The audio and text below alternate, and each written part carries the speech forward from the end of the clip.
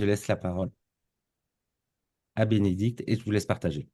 Merci, bonjour à toutes et tous et merci Mickaël pour tes mots. Juste, je vais laisser Chloé repartager son écran.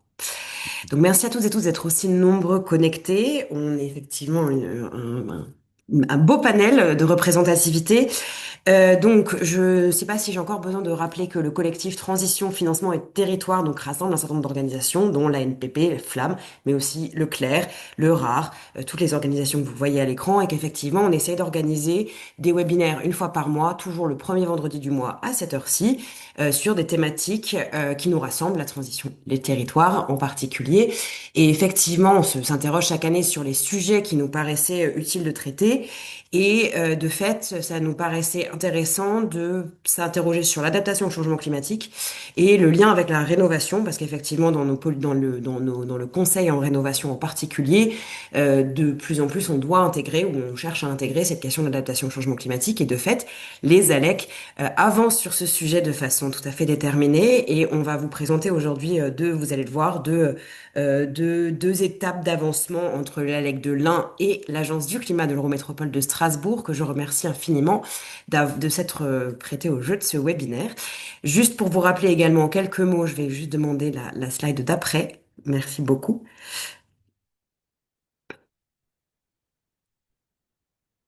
I. Voilà. Vous rappelez que effectivement donc Flamme représente les agences locales de l'énergie et du climat qui sont un modèle créé qui existe depuis les années 90, qui est un modèle à la fois européen et qui existe également dans le droit français, qui sont des agences créées par les collectivités locales pour mutualiser leurs moyens et se doter d'un pool de compétences dédiées à la transition. Les missions des ALEC sont effectivement intrinsèquement liées aux besoins des territoires, donc elles sont très variables d'un territoire à l'autre. Par ailleurs, la mutualisation s'opère à des échelles variées, qui sont l'échelle, je vais juste pareil demander la slide d'après, comme ça on va voir la carte qui s'affiche. Les redire aussi qu'effectivement, ce sont des agences qui se créent au niveau soit de tous les EPCI d'un département, soit à une échelle métropolitaine, soit à l'échelle de pays. Et c'est aussi ce qui nous rapproche avec la NPP en particulier. Vous en voyez un certain nombre, donc le niveau intermédiaire, donc plusieurs EPCI qui vont de 3 à 7 EPCI en gros chez nos ALEC.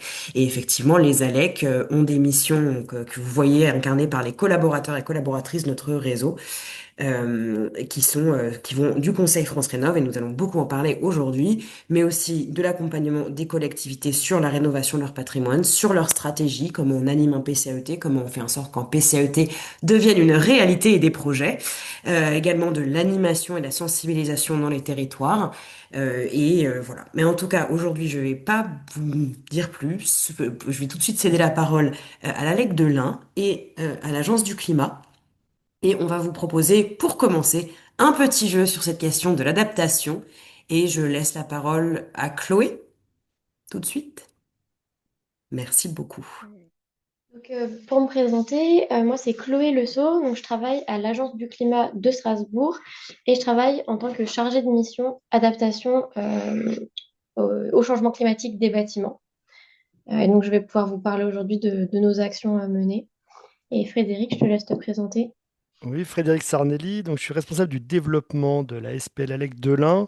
Donc on est agence locale de l'énergie et du climat dans l'Ain sur plein de thématiques. Je vous en dirai un petit mot plus particulièrement tout à l'heure et aujourd'hui pour vous présenter où on en est dans les réflexions sur ce sujet-là, peut-être un petit peu moins avancé que l'agence du climat et c'est justement aussi l'intérêt de se dire qu'on peut avancer sans forcément être encore dans le concret.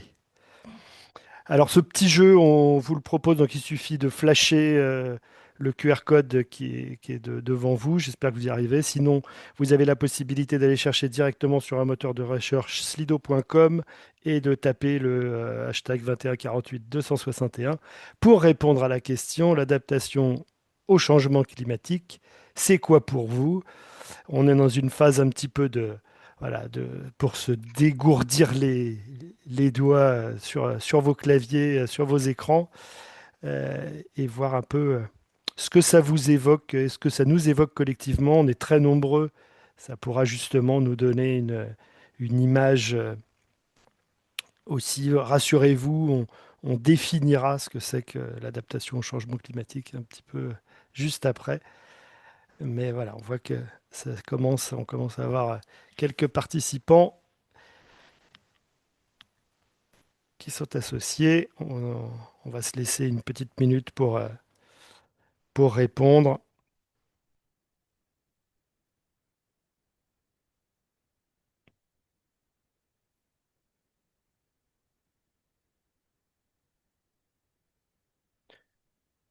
Donc peut-être que je suis pas sûr que ça a été dit, mais on en a pour, on est là ensemble pour 1 heure à peu près, jusqu'à 10 heures, et on aura un temps d'interaction et de questions qui arrivera également.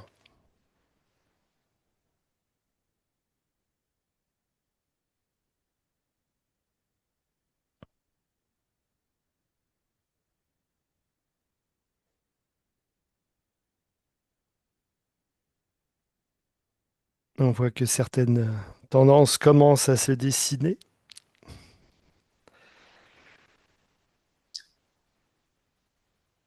Bonjour, pour un test micro. Le test Ça micro fonctionne. fonctionne. Pour la personne qui a posé une question, vous avez le petit QR code sur le côté, en fait, qui vous permet de pouvoir répondre. Donc à Marie Moissonnet. Ou directement en cherchant sur un moteur de recherche slido.com et taper le code, comme le dit Kim dans le chat, 204 de 21 48 261.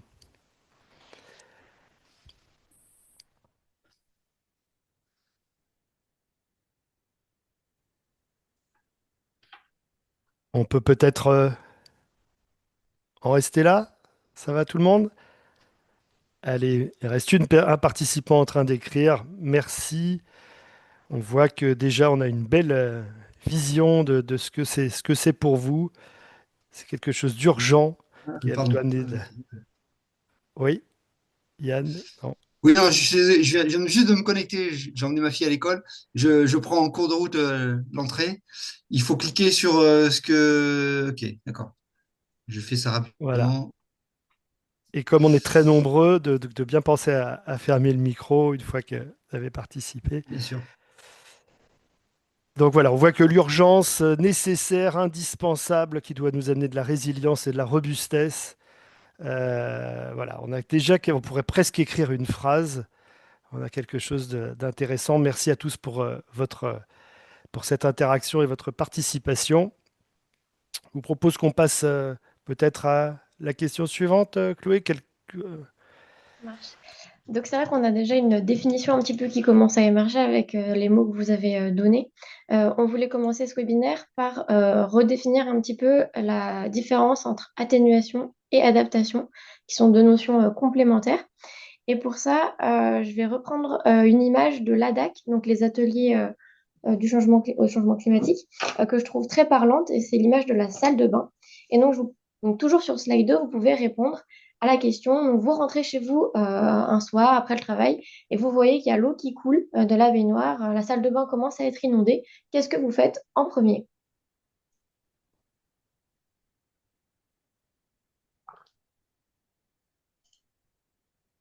Alors, mettre son maillot de bain, couper l'eau, couper Hmm. l'eau, couper le robinet, fermer le robinet. Bon, vous êtes tous assez d'accord, en effet, sur couper l'eau. Sauf que problème, donc vous essayez de couper l'eau, mais le robinet est grippé. Vous n'arrivez pas à fermer l'arrivée d'eau. Donc là, l'inondation s'aggrave, l'inondation augmente. Qu'est-ce que vous pouvez faire? Vous voyez que l'eau monte dans votre salle de bain.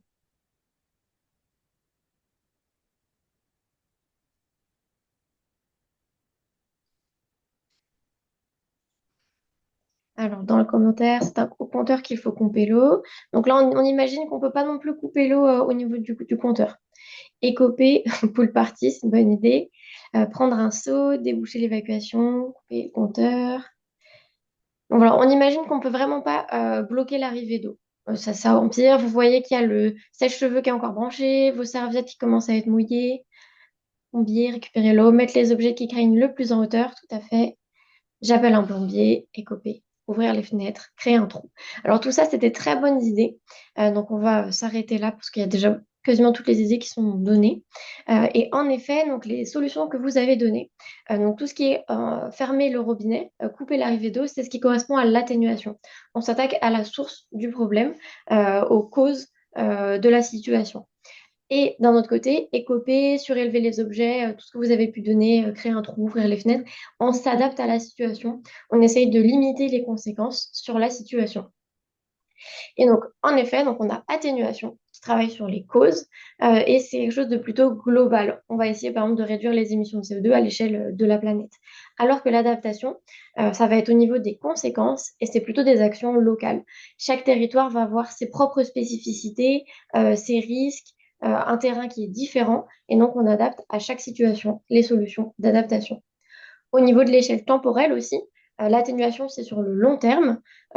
Si on arrêtait nos émissions de CO2 aujourd'hui, il y aurait quand même une inertie d'une vingtaine d'années qui ferait que la situation climatique continuerait d'évoluer.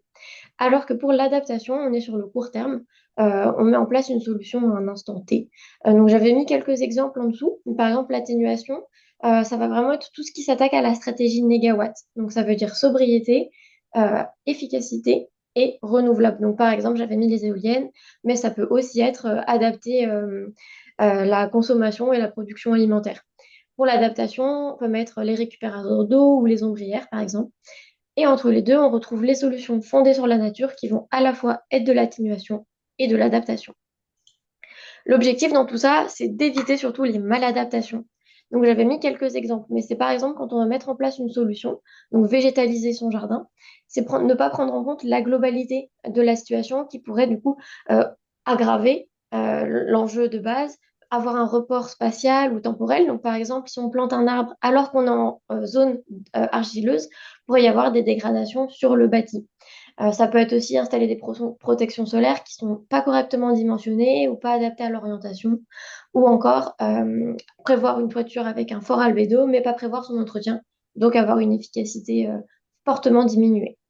Dans tout ça, il y a des textes nationaux qui existent, donc la SNBC, qui est la stratégie nationale bas carbone, et le PNAC, donc le plan national d'adaptation au changement climatique, dont va vous parler Frédéric tout de suite. Merci Chloé. Bah justement, on se pose la question. Alors, on a dit qu'on n'allait pas opposer atténuation et adaptation. On va voir que ce sont deux concepts qui cohabitent, qui doivent au contraire coexister. Et c'est petit à petit, on va un peu le démontrer. Alors, à quoi devons-nous nous adapter maintenant d'un point de vue un peu plus macro? Alors, si on, si on regarde sur la slide suivante, effectivement, on le sait, si on regarde l'élévation des températures moyennes, alors on est remonté sur une échelle de temps un peu longue, mais justement pour se dire, voilà, effectivement, on le sait, on a une augmentation évidemment des températures moyennes avec aujourd'hui qui a un consensus international, je ne vais pas revenir là-dessus, donc qui a mobilisé beaucoup de nos politiques sur les questions, nos politiques publiques sur la question de l'atténuation. Et si on passe à la question suivante,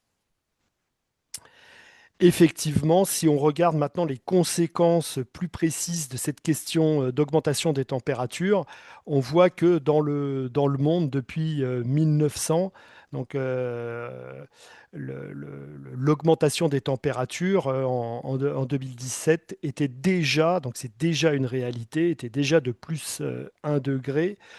Et puis, on sait que dans cette moyenne mondiale, on a effectivement des grandes disparités, puisque bah, il va y avoir encore plus de réchauffement sur les continents que sur les océans qui absorbent mieux. Et puis également, dans nos régions, alors je dis dans nos régions, puisque là on a pris Lyon, mais c'est valable quand même globalement sur une bonne partie de la France, et ben, donc sur la France, on est à plus 1,5 degré, là où sur Lyon, sur cette même période, on est plutôt de l'ordre de plus 2 degrés. Donc on voit qu'on a aussi, finalement, on se trouve dans une situation géographique qui est encore plus concernée peut-être que d'autres régions par le réchauffement climatique et par ses conséquences. Alors justement, bah, l'État s'est mobilisé depuis maintenant un certain nombre d'années notamment au travers de certain nombre de documents structurants, dont le PNAC 3, donc on est déjà au troisième du nom, et c'est le Plan national d'adaptation au changement climatique. Alors, c'est pas forcément, faut pas le voir comme un aveu d'échec, c'est plutôt un principe de réalité, de se dire que oui, on doit mener des actions d'atténuation. Pour autant, on n'arrivera pas, ça a été dit tout à l'heure par Chloé, de toute façon, il y a une inertie dans le système et on doit se préparer. En tout cas, c'est l'intention de ce document un peu cadre, à une France à plus 4 degrés en 2100. Alors le plus 4 degrés en 2100, il vient se coordonner avec la COP 21 également. Donc voilà, donc on est sur un plus 4. Si on peut avancer un peu sur la slide, on voit qu'on est globalement sur un plus 2 degrés en 2030. Donc c'est des scénarios tendanciels en France, 2,7 en 2050 et plus 4 degrés en 2100, ce qui correspondrait, puisqu'on n'est que dans des hypothèses évidemment de travail, ce qui correspondait à un plus 3,2 degrés médian à l'échelle mondiale. Donc ce plan national d'adaptation au changement climatique qui a le mérite en tout cas d'exister, même si ce n'est qu'une première brique certainement de solution. Donc, il se décompose autour de 4 axes et 52 mesures. Donc, il est libre d'accès, vous pourrez y accéder très facilement. Donc, ces 4 axes sont, le premier, c'est de protéger la population. Donc, la première façon de s'adapter, le premier axe, c'est de protéger la population. Le deuxième, c'est d'assurer la résilience des territoires, des infrastructures et des services essentiels. Donc on va voir que petit à petit, on va aussi croiser avec beaucoup de concepts autour de la gestion de risques, c'est-à-dire de comment on s'adapte aussi parce que on prend de plus en plus de risques et les conséquences sont de plus en plus lourdes à assumer. On doit adapter les activités humaines, économiques, alimentaires, énergétiques. On doit également, en axe 4, protéger notre patrimoine naturel et culturel. Et enfin, en axe 5, mobiliser les forces vives de la nation pour réussir l'adaptation au changement climatique. Voilà, donc on voit qu'il y a aussi bien des facteurs humains que des facteurs très techniques ou des facteurs également qui sont très transversaux sur l'ensemble de nos activités. Pour peut-être vous dire un petit mot sur qui nous sommes, voilà, on en profite aussi de l'occasion pour vous dire un peu avec quel regard on se présente devant vous aujourd'hui. Donc moi je suis à l'ALEC de l'Ain, donc c'est Agence locale d'énergie du climat de l'Ain. Nous sommes une SPL, Société publique locale. Ça veut dire que ce sont les intercommunalités, le département de l'Ain, le syndicat d'énergie qui sont nos actionnaires, avec 46 petits porteurs, tous publics. Nos domaines d'intervention sont dans le bâtiment, dans les énergies renouvelables, la mobilité, l'économie circulaire et le climat. Et notre mission, c'est de faciliter cette transition écologique face à l'urgence climatique, aux côtés des collectivités. Comment on peut les aider? Elles se sont dotées de cet outil pour s'aider, pour mettre en œuvre l'ensemble de leurs politiques climat, énergie, qui sont regroupées dans différents documents structurants. Et elles se mobilisent pour agir localement à l'échelle donc, de l'ensemble du département de l'Ain en ce qui nous concerne. Et on fait beaucoup d'actions de sensibilisation, d'accompagnement et de conseils sur tous ces sujets-là pour tous les publics, des particuliers, professionnels et collectivités. Et dans ce cadre-là, on fait partie d'un autre collectif que celui qui nous réunit aujourd'hui, donc qui s'appelle le CEDRE. Chloé, l'Agence du climat de l'Eurométropole de Strasbourg, en fait également partie, où on s'est interrogé maintenant depuis 2-3 ans. On a candidaté à un appel à commun de l'ADEME,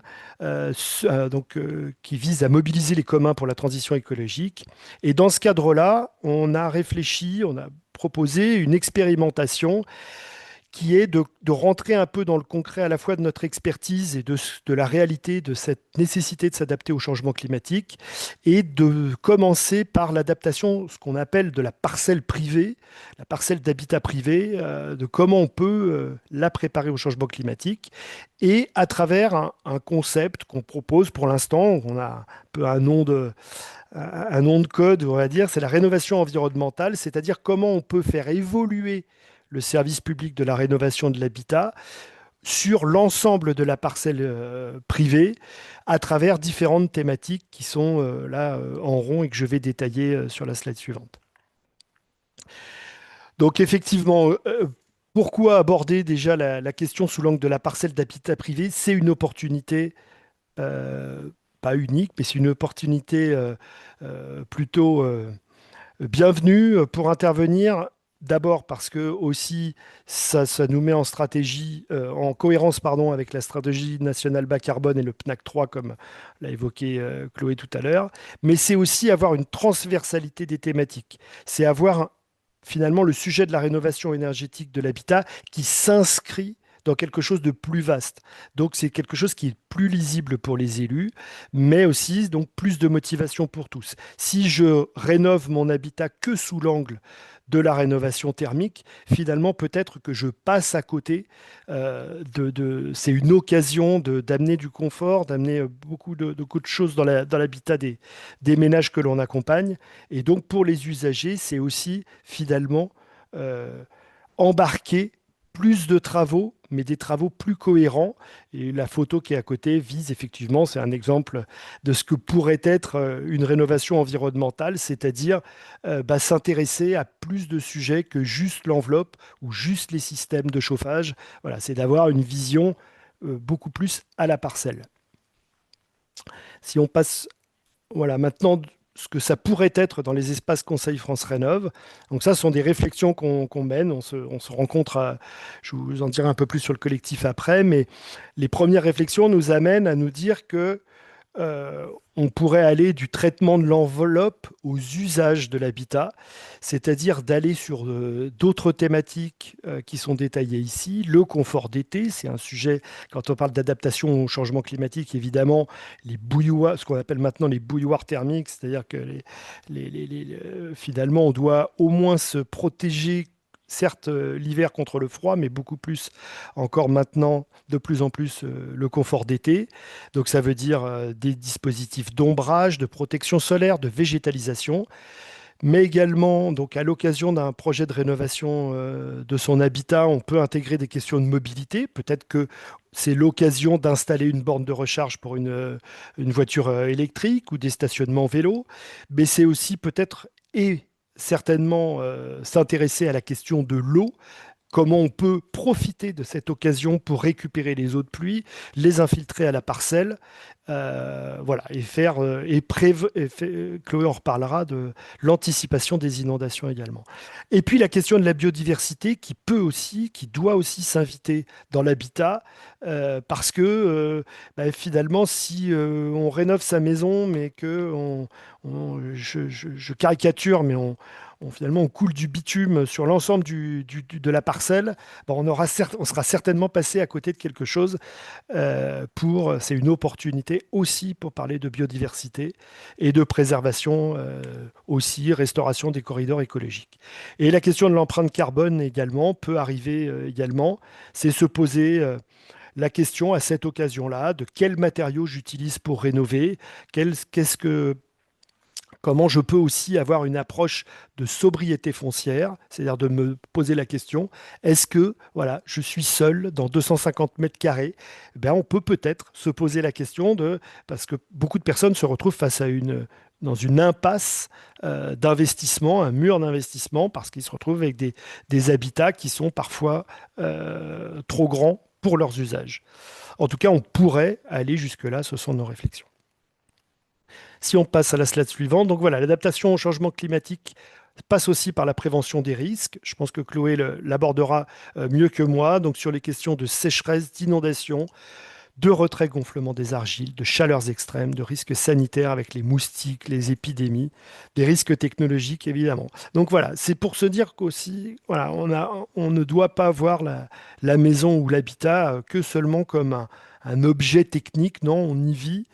Et cette maison, ou ça pourrait être un immeuble de la même façon, s'inscrit dans un environnement plus large et finalement, on vit aussi sur les abords de son logement. Cette expérimentation donc, qui regroupe qui va se dérouler sur 18 mois, ça a déjà commencé maintenant depuis quelques mois, concerne 18 territoires et opérateurs qui ont chacun des niveaux d'avancement de réflexion très hétérogène. En tout cas, voilà, nous dans l'Ain, on est plutôt dans une phase de réflexion sur ces sujets-là. On a un certain nombre de territoires, de PCI ou de départements qui se posent des questions sur ces sujets, mais pour l'instant, on n'est pas encore passé à l'acte sur la transformation directe dans nos services. Mais l'idée est donc d'accompagner les ménages à l'occasion de la rénovation énergétique de l'habitat. Et voilà, pour avoir une vision un peu de ce collectif, donc nous sommes répartis sur toute la France avec quand même un accent un peu plus fort sur Auvergne-Rhône-Alpes, puisque c'est à l'initiative du CEDRE et de l'Adréal Auvergne-Rhône-Alpes que cette expérimentation s'est menée. Et puis on a la métropole de Rouen, de Strasbourg, Lorient, Privas, Hébert. Donc ça, après, c'est des communautés de communes, Thiers-d'Or et Montagne, Saône-Beaujolais, Cœur de Savoie, des opérateurs, donc beaucoup d'ALEC ou d'acteurs amis, et voilà, des associations qui font des missions semblables, et puis la DREAL et la DDT du Rhône. On se réunit à travers 4 ateliers d'une journée en présentiel, 4 sessions en distanciel. Et puis on se rencontre, on travaille, on phosphore, on réfléchit, on essaye de mettre les mains dans le concret pour voir ce qu'on peut sortir de tout ça. Et l'objectif, on a également, je ne l'ai peut-être pas assez dit, l'école des ponts et chaussées aussi qui est embarquée avec nous. Et c'est très, très intéressant aussi d'avoir cette approche scientifique, technique de leur part qui nous accompagne. L'idée est de fournir à l'issue de cette expérimentation une boîte à outils numérique avec des documents cadres, des outils, et puis aussi un ouvrage imprimé présentant les modes opératoires possibles et une conférence de restitution. Voilà, donc on est dans cette phase intermédiaire de réflexion. Ça a déjà abouti à un premier document que vous retrouverez là, soit sur le QR code, soit vous tapez rénovation environnementale ou sur LinkedIn sur le site du CEDRE en Auvergne-Rhône-Alpes, le centre de ressources en Auvergne-Rhône-Alpes. Vous retrouvez ce document qui reprend de façon assez détaillée un peu ce que je vous ai détaillé rapidement aujourd'hui. Voilà ce que je pouvais vous dire de cette expérimentation. Évidemment, ce seront des éléments qui seront à la libre diffusion une fois qu'ils seront produits. Et je passe la parole à Chloé. Merci beaucoup, Frédéric. À l'Agence du climat, un petit peu comme avec l'ALEC de l'Ain, donc on est aussi une ALEC, on travaille sur 4 grandes thématiques. Donc, le conseil en mobilité décarbonée, la rénovation énergétique, les énergies renouvelables et l'adaptation au changement climatique et son financement. Donc ça, c'est nos grandes thématiques. Et donc, je voulais vous parler notamment de l'adaptation et des actions qu'on mène. Donc, on emmène à différentes échelles et auprès de différentes cibles. Donc, on accompagne les communes, les entreprises, les particuliers. On a aussi des projets qui nous permettent de travailler sur la stratégie et le financement de ces projets d'adaptation. Et enfin, on mène des actions de sensibilisation. Donc, quelques exemples. Par exemple, pour l'accompagnement des communes, donc on a un projet où on instrumente des bâtiments communaux, donc écoles, mairies, gymnases, sur la période estivale pour ensuite donner des recommandations d'adaptation aux périodes de surchauffe. On accompagne aussi des écoles pour la végétalisation de leurs cours, donc avec du conseil et des ateliers de sensibilisation. Et on fait aussi partie du projet Racine. C'est l'expérimentation de solutions low-tech sur une dizaine d'écoles, dont une qui est du coup dans l'Eurométropole et dont on se charge de l'instrumentation. Auprès des entreprises, donc ça va plutôt être des outils d'animation avec un outil solution surchauffe pour la sensibilisation aux solutions qui existent ou alors des ateliers et outils de diagnostic et de conseil pour que les entreprises puissent s'adapter aux enjeux climatiques. Auprès des particuliers, on mène 2 grands conseils en parallèle. Un conseil en végétalisation pour conseiller les copropriétés, monopropriétés, bailleurs sociaux sur la désimperméabilisation, la végétalisation, donc tant de la cour que de la façade ou de la toiture. Et donc ça vient s'appuyer sur la prime végétaliste de l'Eurométropole. En parallèle, on a aussi un conseil qui vient s'intégrer dans les conseils en rénovation.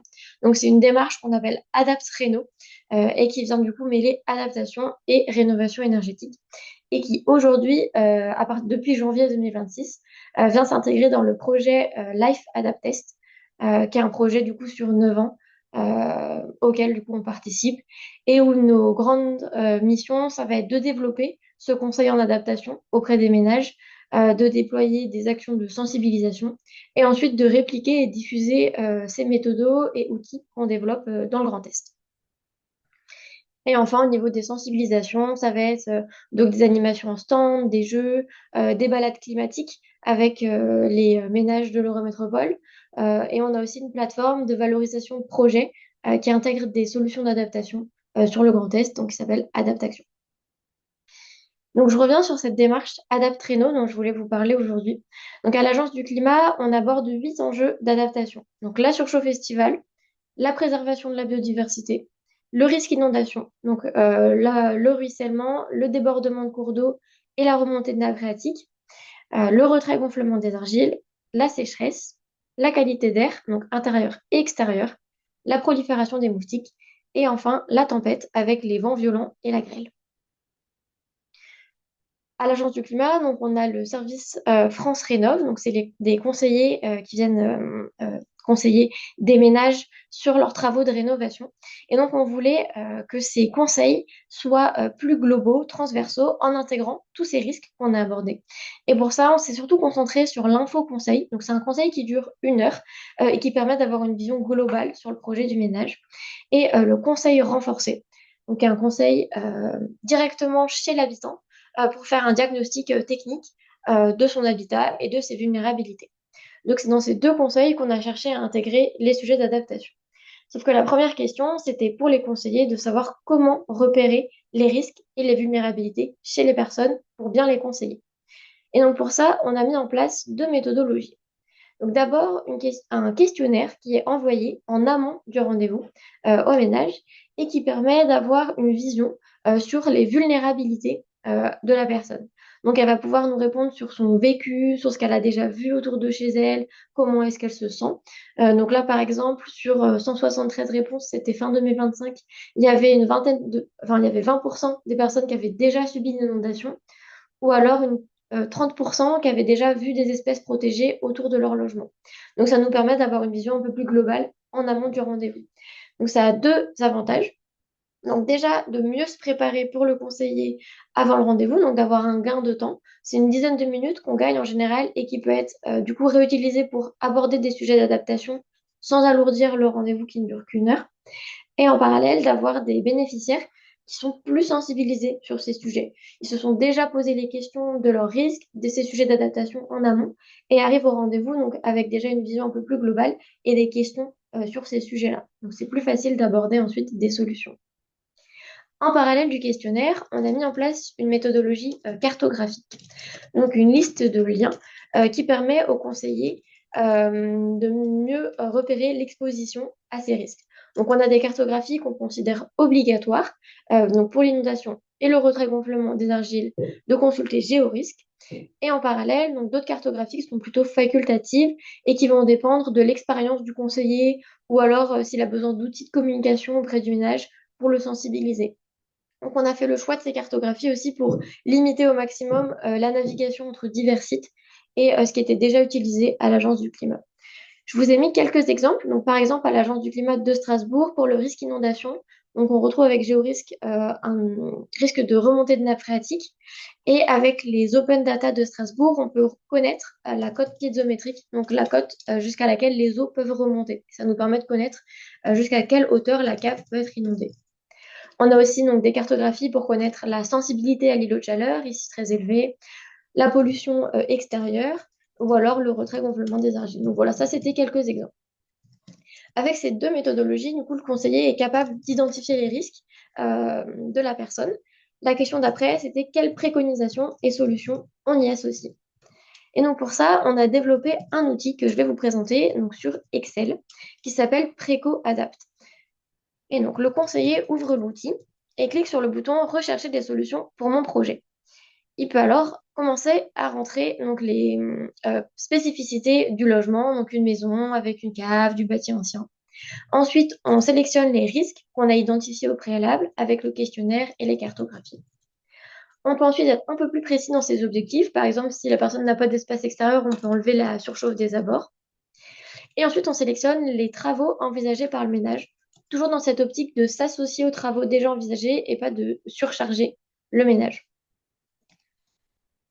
Donc voilà, on fait notre sélection et ensuite on valide et on a une liste de préconisations qui s'affiche, triée par lot de travaux donc sélectionnés, avec à gauche une pastille de couleur pour les actions, enfin les impacts bénéfiques que pourra avoir cette action, et à gauche des attentions sur les impacts potentiellement négatifs.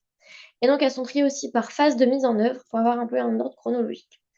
On peut ensuite cliquer sur chacune de ces solutions si on en a besoin pour avoir plus d'informations. C'est un peu une fiche identité avec des informations sur comment la mettre en œuvre, des ordres de grandeur, des distances, de la conception, des co-bénéfices, les freins que pourrait rencontrer le ménage, des coûts, des difficultés, des exemples qui ont déjà été réalisés ou alors quelques chiffres clés sur par exemple les degrés gagnés, des réglementations qui existent, etc. On peut toujours revenir en arrière, modifier notre sélection, toujours protéger avec des vérifications pour s'assurer qu'on a fait des sélections. Et à la fin, on peut exporter un PDF de la sélection. L'objectif de ce PDF, c'est soit de le transmettre au ménage, un petit peu comme un compte-rendu du rendez-vous, ou alors comme checklist que pourrait utiliser le conseiller pour s'assurer en rendez-vous qu'il a bien donné toutes les informations. Et donc ce PDF, il se présente de la même manière que l'outil qu'on vous a montré juste avant, avec le nom et l'adresse, le logo, les explications de la légende et la liste de préconisations avec les pastilles indicatives. Donc sur l'outil, il y a quelques autres options pour la maintenance et la mise à jour de PrécoAdapt. Donc on peut toujours ajouter des nouvelles solutions avec une fiche identité qui s'ouvre avec toutes les informations à remplir. On peut supprimer des solutions si jamais il y a des doublons, des modifications à faire. On peut ensuite rechercher des solutions. Donc on peut taper des mots-clés pour essayer de les retrouver. Et donc chacune des solutions, elle est identifiée par un code référence qui permet ensuite de la retrouver facilement dans la base de données. Donc voilà, on peut taper isolation par exemple pour retrouver toutes les solutions qui concernent l'isolant. Une fois qu'on a le code référence, on peut le retaper pour modifier la solution. Et donc là, on a la fiche identité qui s'affiche, remplie, qu'on peut du coup modifier si au besoin. Et toutes ces actions sont toujours protégées par des mots de passe pour éviter des erreurs de manipulation. Donc voilà pour l'outil. Au total, dans l'outil, il y a 176 solutions, préconisations qui sont référencées. Donc là, je vous ai mis quelques exemples. Mais par exemple, si un ménage vient nous voir pour changer ses protections solaires, on peut lui conseiller d'en avoir de couleur claire, qu'elles soient ventilables, de bien choisir son matériau. S'il y a un risque inondation, on va lui conseiller de surélever ses réseaux électriques, équipements, d'avoir des réseaux distants entre pièces inondables ou non. S'il y a un risque de retrait-gonflement des argiles et qu'il y a de la végétation qui ne peut pas transplanter, d'avoir un écran anti-racine. On peut lui conseiller de déconnecter ses gouttières et d'associer ça à des récupérateurs d'eau de pluie ou alors pour arroser directement son jardin. Donc voilà, plein de solutions à l'échelle du bâti, mais aussi à l'échelle plus urbaine, avec par exemple des solutions sur les bordures autour des végétaux à retirer pour que les eaux puissent y ruisseler, ou alors d'avoir des fosses de plantation continue pour les arbres. Ces 176 préconisations, donc elles sont toutes sourcées, avec comme principale source l'AQC, l'ADEME, le CEREMA, Envirobat, l'ANA, d'autres métropoles et communes qui ont pu faire des retours d'expérience, etc. Et je vous ai ensuite mis quelques chiffres sur ces solutions. Au niveau des enjeux traités, la majorité des enjeux traités, ça va être, que les solutions traitent, pardon, ça va être le confort d'été et le risque inondation. Ce qui est assez cohérent parce que c'est là où il y a le plus de documentation et réglementation qui existent. Mais ce qui est tout de même assez intéressant, c'est de voir aussi les actions contre-productives qui existent. Donc, par exemple, le retrait-gonflement des argiles, c'est pas celui pour lequel il y a le plus de solutions, mais c'est celui pour lequel il y a le plus d'actions contre-productives. Et ça montre bien l'importance de prendre en compte la globalité des impacts d'une action lorsqu'on la met en place. Et donc vraiment cet enjeu de transversalité lors d'un projet de rénovation énergétique. On a ensuite trié ces préconisations par lot de travaux associables. Et là, il y avait deux lots qui émergeaient. L'aménagement extérieur. Et donc là, ça nous amène à faire le lien avec nos conseils en végétalisation de l'Agence du climat et la prime végétaliste. Et donc là, je reviens aussi sur le groupe de travail et rénovation environnementale et vraiment d'aller sur la parcelle en entier, des murs à la clôture et ne pas s'intéresser qu'au bâti. Et le deuxième lot, c'était aussi tout ce qui était aménagement urbain. Et donc là, d'étendre nos pratiques vers les communes. Ces solutions, donc on les a aussi triées par difficulté de mise en œuvre. Et on voit bien que la majorité d'entre elles, c'est pour toutes les actions qui n'ont pas d'impact sur le bâti, sans aucune modification ou réels travaux. Donc toutes les solutions de bonnes pratiques, sensibilisation, éco-gestes. Et donc là, ça montre bien l'importance de sensibiliser les bénéficiaires à ces sujets avec des guides, flyers, des ateliers, pour les sensibiliser à la facilité de mise en œuvre, souvent au faible coût de certaines actions. Je vous ai aussi mis un graphique des cibles visées par ces préconisations pour les appartements, les maisons individuelles et copro, les tertiaires et bâtiments publics et les aménagements urbains. Pour faciliter du coup la mise en pratique de tous ces outils à l'Agence du climat, il y a plusieurs documentations qui ont été rédigées. Donc on a une notice d'utilisation PrécoAdapt à laquelle peuvent se référer les conseillers s'ils en ont besoin. Il y a des guides méthodologiques d'application, donc qui décrivent en rendez-vous, en conseil, info, en appui, donc le conseil renforcé et le conseil d'une heure, comment appliquer, quels sites consulter, quelles étapes suivre. Et on a aussi un guide un peu formation interne que les conseillers peuvent consulter si jamais ils ont besoin de vidéos, documentation, exemples, pour du coup aller un petit peu plus loin sur ces sujets. Et pour mettre tout ça en pratique, il y a eu des temps de formation. Donc des temps de formation théoriques. Donc on a passé des temps à se former sur ces sujets et les solutions qui existent. Et des temps plutôt pratiques d'accompagnement en rendez-vous pour du coup prendre le temps de mettre en place toutes ces nouvelles pratiques, méthodologies. Voilà, prendre ses marques sur ces sujets.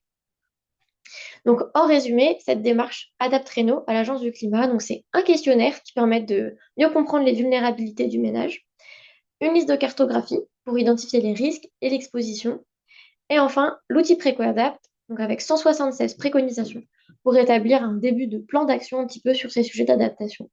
Et tout ça, ça vient donc s'intégrer, comme je le disais, au projet Life Adapt Test, donc un projet européen qui a pour but de développer cette démarche Adapt Réno, le conseil, les outils, et de répliquer les méthodos, process et outils à l'échelle du Grand Est. Je vous remercie à tous pour votre attention. On pourra répondre à votre question. Bénédicte, je te redonne la parole.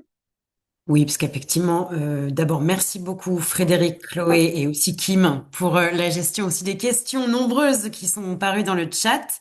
Effectivement, je pense que on a montré deux avancements sur cette question d'adaptation pour le lien avec la rénovation. Et je vois tous les applaudissements sans surprise parce que le travail effectivement est très impressionnant. Juste pour vous redire que les webinaires de ce collectif, encore une fois, se déroulent tous les premiers vendredis du mois et que le prochain se déroulera le 6 mars. On vous enverra bien sûr la présentation. Mais tout de suite, et cette thématique, c'est emploi et compétences pour la transition. Et maintenant, je ne doute pas qu'il y ait des questions. Je ne sais pas, parce que Kim a répondu à beaucoup de questions, mais je ne sais pas s'il y en a d'autres, des personnes qui ont des questions plus précises encore, qu'ils souhaitent s'exprimer. Faut pas hésiter, on peut ouvrir la parole à ces questions. On a encore quelques minutes, donc faut pas hésiter. Effectivement, je vais mettre la question des outils et de la disponibilité de ces outils, de l'outil de l'Agence du climat. Chloé, Kim, je vous laisse la parole parce qu'effectivement, il y a eu plusieurs questions de ce sujet. Sur donc, la diffusion des outils. Donc actuellement, l'outil est en cours de relecture par des experts pour fiabiliser un petit peu toutes les données, même si elles sont toutes sourcées. Et donc ensuite, on va faire un premier test de partage de cet outil donc dans le cadre du groupe de travail rénovation environnementale qu'on vous a présenté. Donc c'est un travail qui va être en cours dans les mois qui vont venir. Donc ça nous permettra vraiment de voir comment s'approprient les autres ALEC cet outil, qu'est-ce qui peut être amélioré, modifié. Et à la suite de ça, donc on pourra le partager au plus grand nombre. En tout cas, c'est vraiment notre objectif. Ça s'inscrit donc dans le projet Life Adapt Test, cette diffusion. Euh, donc voilà, ce sera l'objectif à terme, mais d'abord un premier test à l'échelle d'un petit groupe pour vraiment que après tout le monde puisse bien se l'approprier. Merci. Il y a une autre question sur la réception par les personnes concernées, les artisans. Bien sûr, les solutions. Alors, sur les artisans, on n'a pas encore travaillé beaucoup auprès d'eux. Pour l'instant, on était vraiment donc dans le conseil qu'on donne aux ménages, un petit peu aux tertiaires et aux communes. Mais encore une fois, dans le projet Life Adapté, il y a toute cette notion d'artisans professionnels. Et donc là, on va aussi travailler en contact avec Envirobat Grand Est sur ces sujets, comment les sensibiliser. Et donc ça, c'est un travail qui commencera prochainement. Et pour la question des particuliers, donc bonjour, Kim Cholin de l'Agence du climat, je suis conseillère France Rénov', donc pour le coup j'applique cette méthodologie lors des conseils. Et globalement, les ménages qu'on a en conseil et qu'on accompagne sont généralement bien ouverts à la discussion sur ces sujets-là. Une fois que, voilà, qu'on les a bien sensibilisés aux risques et aux vulnérabilités de leur logement, ils sont toujours ouverts à ces questions. Je réagis du coup sur le message suivant qui parle voilà, du passage à l'acte avec un financement qui est un frein réel. Effectivement, hein, selon certaines solutions, ça peut jouer. Mais comme le présentait Chloé, il y a vraiment beaucoup de solutions qu'on propose qui sont sans coût financier, qui sont des façons de s'adapter, des bonnes pratiques, et qui là sont toujours bien appréciées aussi.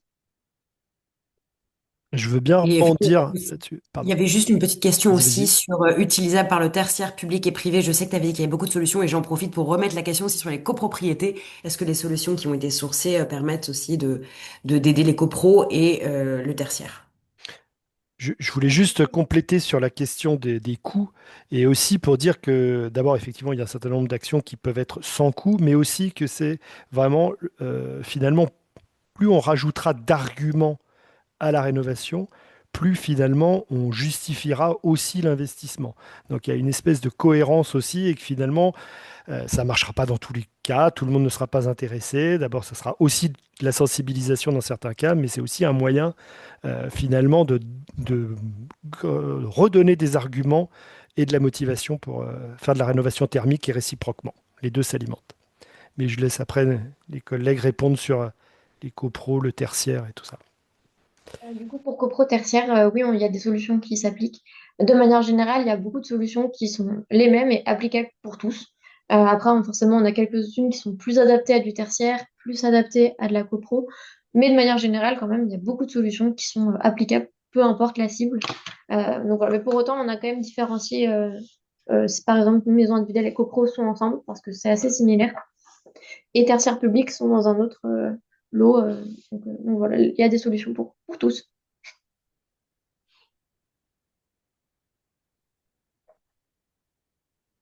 Merci. Question effectivement de Maya. Êtes-vous parvenu à financer des aides pour l'intégration des solutions d'accompagnement au changement climatique sur les parcelles? Alors, de notre côté, dans l'Eurométropole, il y a quelques aides qui existent qui sont spécifiques. Donc, par exemple, déjà ma prime Végétalis qui finance toutes les actions de végétalisation, désimperméabilisation sur les espaces extérieurs, façades, toitures. Il y a une aide à la déconnexion des gouttières, par exemple, donc plutôt sur le risque sécheresse. Après, sinon, j'allais dire, pour ce qui va être des volets donc, dans les aides de l'Eurométropole ou ma prime Rénov' avant, ça finance aussi ces actions. L'objectif étant vraiment, par exemple, vous changez vos protections solaires, donc elles sont finançables. L'objectif, c'est juste de les choisir plus performantes pour être plus résilients au risque d'inondation en choisissant les bons matériaux ou alors au confort d'été. Et donc, ce sera juste un choix différent. Voilà. Est-ce que Kim, tu veux compléter? Oui, je peux compléter un petit peu sur les aides de l'Eurométropole de Strasbourg, parce qu'ils ont une aide locale sur la rénovation énergétique. Et dans cette aide-là, il y a inclus des bonus pour l'utilisation de matériaux biosourcés, notamment par exemple en toiture pour le confort d'été. Il y a une aide supplémentaire pour l'installation de nouvelles protections solaires s'il n'y en avait pas à l'origine. Pour, encore une fois, cette notion de confort d'été, ça va vraiment être plus axé sur ce côté-là, mais effectivement, il y a une volonté, en tout cas, de l'Eurométropole de Strasbourg de pousser aussi sur ce point. Merci beaucoup. En tout cas, c'est plutôt un incitatif à mettre en place des aides. J'avoue qu'effectivement, dans les ressources qui apparaissent dans le chat, il y a effectivement aussi les ressources du lab, du cercle Promodule, qui lui aussi, effectivement, met des ressources à disposition sur les sujets d'adaptation au changement climatique, et n'hésitez pas à les consulter. Ensuite, dans les questions effectivement plus pratico-pratiques, donc vous avez reçu ce lien de webinaire, vous allez recevoir le lien d'enregistrement ainsi que la présentation qu'on va effectivement vous adresser pour que vous puissiez retrouver toutes ces ressources très rapidement. Et existe-t-il un lien URL sur les aides locales de Strasbourg? Et là, je vais redonner la parole à Chloé et Kim. Peut-être que vous pouvez le mettre dans le chat pour effectivement parce que l'Eurométropole de Strasbourg est tout à fait exemplaire sur les aides mises en place sur les enjeux d'adaptation au changement climatique. C'est un sujet qu'elle a choisi d'adresser fortement. Donc, je pense que ça peut inspirer d'autres territoires et ce serait une belle chose.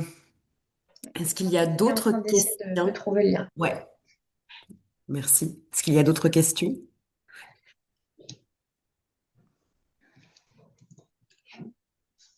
Peut-être juste préciser aussi que sur cette expérimentation, alors je ne parle pas de celle de l'Eurométropole de Strasbourg qui est déjà bien avancée en propre, mais surtout le groupe Rénovation environnementale, il y a aussi évidemment, par le biais de l'Adréal à commencer, mais un regard bienveillant de la part de l'ANA aussi sur ces questions-là. Et donc, voilà, on va dire que on sent que l'ensemble des collectivités, de l'État, tout le monde évolue sur ces postures-là, où il y a encore quelques années, on était rénovation thermique, adaptation du logement au handicap.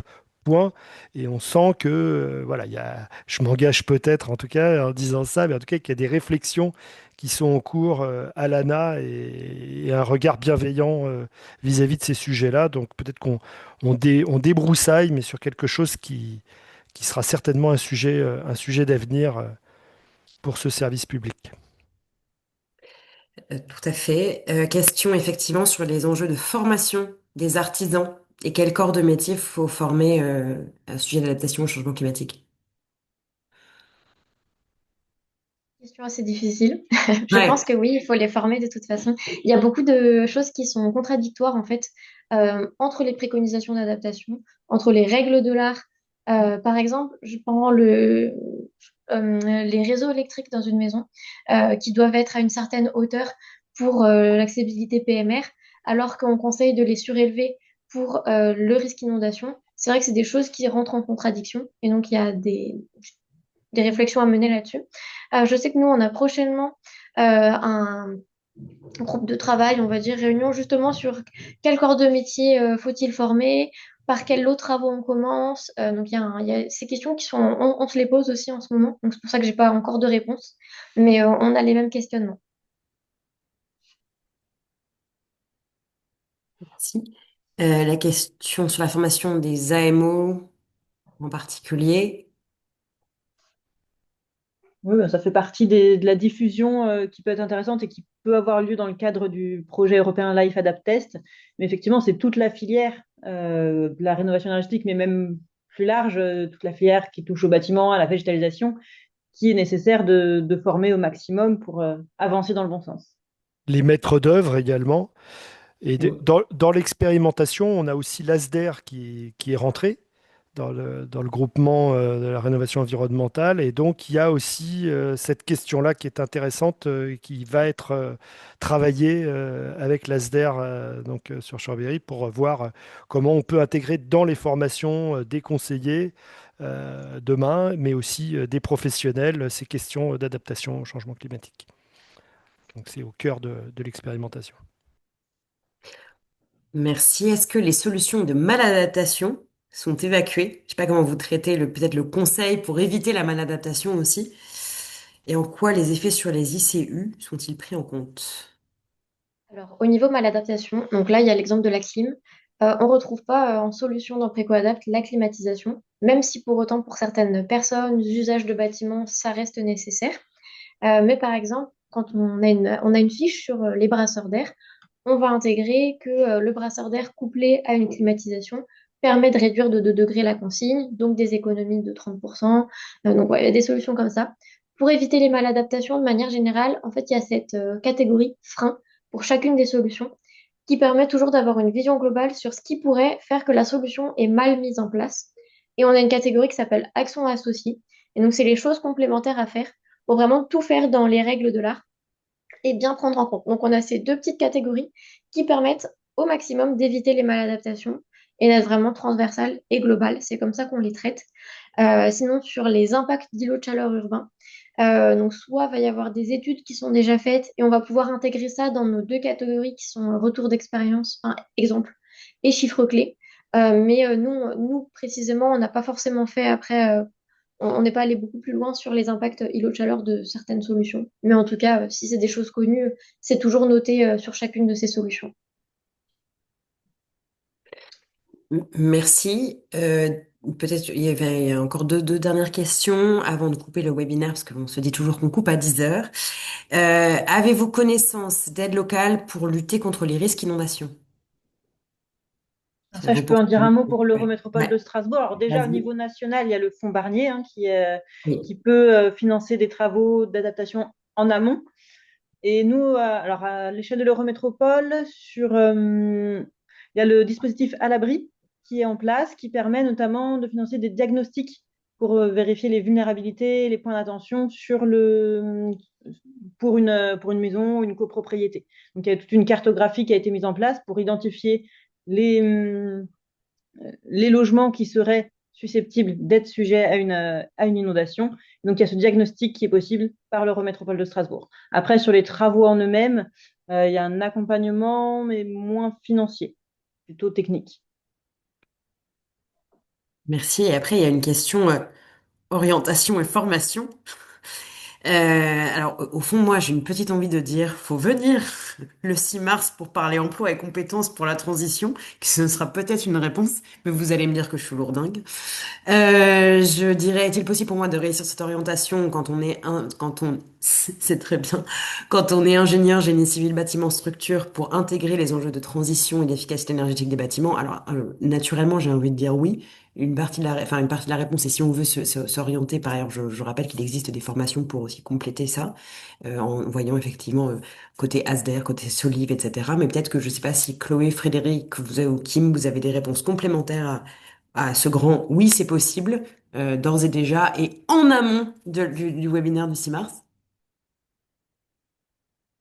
J'aurais tendance à répondre comme toi, hein. Ouais, Tout est possible. Sur des je pense que formations spécifiques existantes déjà, c'est ça? ben, c'est la question que je ne sais pas, c'est si il faut orienter vers des formations, si c'est dans la, enfin, j'aurais tendance à dire que de toute façon, une fois qu'on a la base sur la structure des Ah, bâtiments, ok. c'est quand même plus simple hein, d'intégrer les questions de transition, de rénovation et d'adaptation au changement climatique pour traiter ces questions-là dans son quotidien et son métier. Mais Hmm. effectivement, par ailleurs, il existe des formations, soit des orientations complètes avec la Solive, mais par ailleurs, effectivement, l'ASDER Hmm. fait un certain nombre de formations dans ce registre. Et il existe un certain Oui, nombre oui. de formateurs. Ou ICOS, enfin, il y en a Yes. d'autres, mais il est indispensable de se former de toute façon à l'atténuation. Et en se formant à l'atténuation, on a les bases pour après basculer sur l'adaptation. Donc ça, c'est voilà, et c'est peut-être justement l'occasion de redire qu'on n'oppose pas les deux et que les deux se complètent et que finalement, voilà. Donc je pense qu'il faut partir dans une direction, acquérir des compétences et les compétences en thermique du bâtiment au sens large sont sont des compétences utiles et nécessaires. Merci beaucoup. Peut-être qu'on va... Alors, pour précision, effectivement, je vois la question, tous les webinaires sont enregistrés et envoyés aux personnes qui sont inscrites. Donc, n'hésitez pas à vous inscrire pour avoir le lien de l'enregistrement. Vraiment, encore une fois, un très, très grand merci à Frédéric, Chloé, Kim pour leur présentation, la qualité de la présentation des outils, l'avancée, la qualité des réponses aux questions. Par ailleurs, un grand merci aussi à Michael qui participe de l'animation, enfin qui est à la manœuvre sur l'animation de ces webinaires qu'on essaye de produire, de proposer des contenus qui vous intéressent tous. Voilà, un grand merci. On vous refait un récap à la fois avec la présentation, mais aussi les éléments. Il y a des questions dans le chat qu'on va essayer d'intégrer dans le mail récap qu'on va vous faire parvenir. Ça va vous parvenir par mail, par le même biais que le lien de ce webinaire. Et on reste à disposition s'il y a des questions. N'hésitez pas à vous connecter le 6 mars. Mm. Merci beaucoup. Merci à tous.